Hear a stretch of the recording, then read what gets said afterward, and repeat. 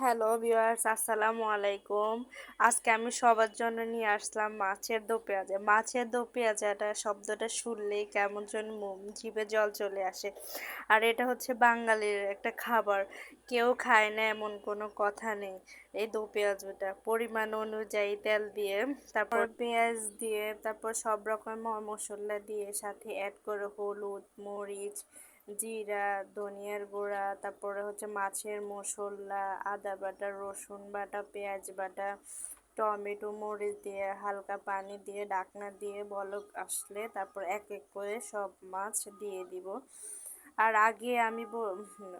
আগে আমি লবণটা দিয়ে দিয়েছি, সেটা কিন্তু আপনাদেরকে দেখাইনি, স্কিপ করেছি। তারপর পরিমাণ অনুযায়ী পানি দিয়ে ডেকে দিব। ডেকে দেওয়ার 20 মিনিট পর উঠালে দেখবেন কি সুন্দর হয়ে যাচ্ছে। তারপর উপর দিয়ে ধনে পাতাটা দেওয়ার পর দেখেন কি সুন্দর একটা কালার এসেছে, জাস্ট ওয়াও, অসাধারণ। আমি কি বলবো আপনাদেরকে, যে আমারে জিভে জল চলে আসছে। যাদের যাদের মানে ভালো লাগে এই খাবার, তারা অবশ্যই কমেন্ট করে জানাবেন। আর আমার পাশে থাকবেন সব সময়, আমার ভিডিওগুলো দেখবেন, লাইক